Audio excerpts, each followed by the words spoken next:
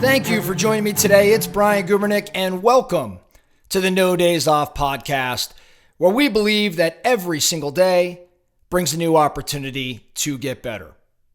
Let's get into it. Today, I want to talk about something that's been on my mind for at least a month, and I thought I'd share it with my audience because my guess is this message, this experience that I've been having will resonate with many of you. I like physical training. I like to push my body physically. So I will run, I will hike, I will train at a level that I think is a little more intense than most. And one thing I really like doing is driving a mile or two from my house, parking in this parking lot that's at the base of this small mountain. And right around that small mountain, the desert opens up and I could trail run, I could hike, I could ruck, I could do all different sorts of things. And there are many times that, maybe all of the time, that I try to pick a point in the day that makes that workout even more challenging. Maybe it's the heat. In Phoenix where I'm at, it's pretty darn hot right now. So if I go more in the middle of the day versus early or late, the heat is a bit more intense. Or maybe I take a path or a trail that's a little bit more strenuous, or maybe I'm carrying, a rucksack that's got some heavier weight in it. Whatever it may be, I try to increase the intensity. Safely, of course, right?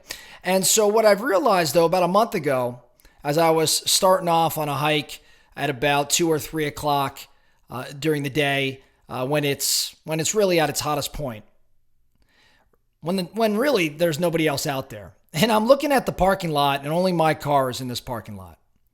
And I recognized at that moment that there is an inverse relationship between the number of cars in the parking lot and the difficulty and intensity of that workout. The fewer the cars in the lot, the harder the workout's going to be. Now, again, maybe those cars aren't there because it's time of day. Maybe it's the heat associated with that time of day.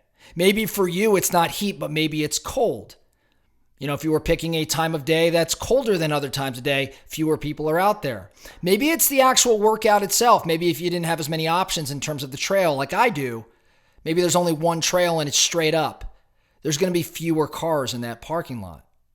Or if you're not going out in the desert like I'm doing, maybe you're going to the gym. How many cars are at that gym at 5 a.m. versus 5 p.m.? Just something I've been thinking about as I've been looking at that parking lot and realizing that when there's lots of cars there, when everybody else is willing and able to go do that workout, to me, now I know I'm a little crazy around this stuff, but I start to think, well, gosh, I could make this a lot harder.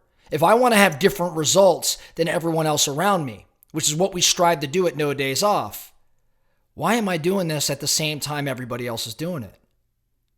If I want to be a high performer, which all of us at No Days Off want to be, by definition, like when you grade out what is considered a high performer, that would be the upper percentile. Not everybody can be in the upper percentile just by definition. If you look at a bell curve, right, there can only be a certain percentage at the top. And the percentage at the top in health, in business, in life, they tend to do things a little differently than everybody else around them. That's why they're at the top. So I'll bring this back to the workout. I've recognized that there's an inverse relationship between the number of cars in the parking lot and the intensity of the workout. Now, I'm not saying I have to live this way every day, but I did recognize at that moment I have to get more workouts when there's fewer cars in the lot than when there are cars in the lot, because that would mean I'm just like everyone else. Now, as I'm going down this path and thinking this through, I also think it applies very much in business.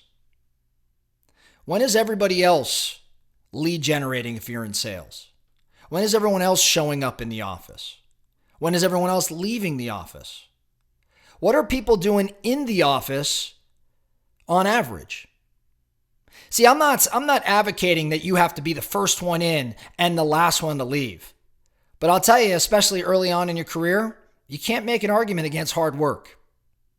When you pull up to that office and there's no cars in the lot except yours, and you're getting in work during those unseen hours, I would bet you have a higher chance to be more successful, again, especially early in your career. There's no substitute for hard work.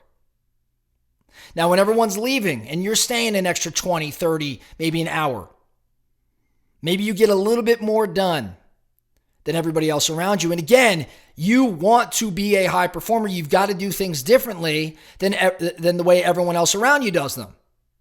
How about in your relationships? Everybody, if they're going to have a date night or whatever it may be, it's Friday, it's Saturday, it's movies, it's whatever it may be. But what about you?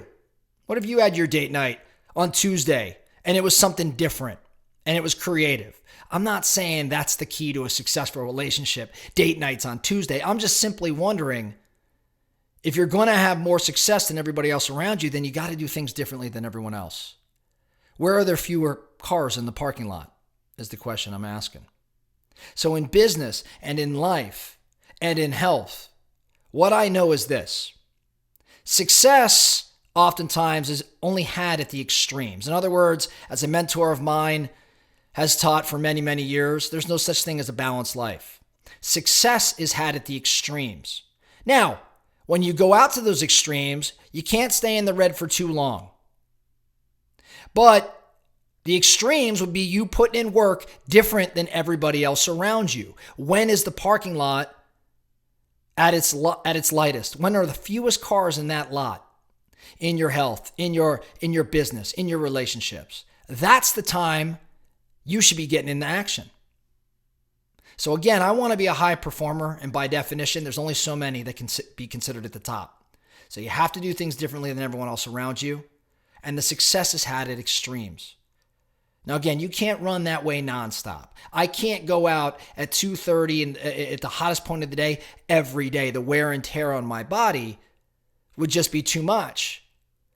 That's why success is out at the extremes, but you can't run in the red for too long. But can I get out there a little bit more often? Can I be getting up a little earlier? Can I be staying at the office a little later? Can I be doing focused activity during the time that everybody else is chatting it up at the water cooler? Just something to be thinking about. And it's one that I've been thinking about quite a bit, and I'm asking myself, when am I showing up? When am I showing up, and how many cars are in the lot? So the focusing question for you: where might this principle apply to your world? If you're thinking about health, right, and you want to do hard things, right, because I'm a big fan of doing hard things, not just for the sake of doing something hard, but because of the sense of accomplishment. The fact that I know that others are not doing the same sort of thing. That excites me. Now, that may not be you, but if you believe in doing hard things and you have a motivation, well, how do you make it hard? I can assure you this: going to that gym at 5 o'clock when everyone else is there, you're just playing the same game everybody else is playing. So maybe it sounds sick and twisted to some of you, and I can respect that. But I would tell you, how do you make it a little bit more challenging? Not always physically, maybe mentally. How do you push it a little bit more? How do you get that edge? Study the best of the best, and they're taking steps to do things a bit differently. So the focusing question: where could you be showing up with fewer cars in the lot? Where in your life does that principle apply? If you've been rather consistent in your health, in your business, in your relationships, I want you to look at the parking lot, and I want to use that as a metaphor here. I want you to look at the parking lot and ask yourself, how many cars are there? And if I were to show up when there are fewer cars, what might that look like? I don't know. Maybe this is a little extreme, but I've been thinking about it a lot, and it's shaping the way I'm approaching different aspects of my life. And I've got some work to do here, but I think this thought is maybe one you can kick around a bit and see how it applies in your world. That's all we have for today, the No Days Off podcast. Thank you so much for listening. And remember, every single day brings a new opportunity to get better. So let's get after it.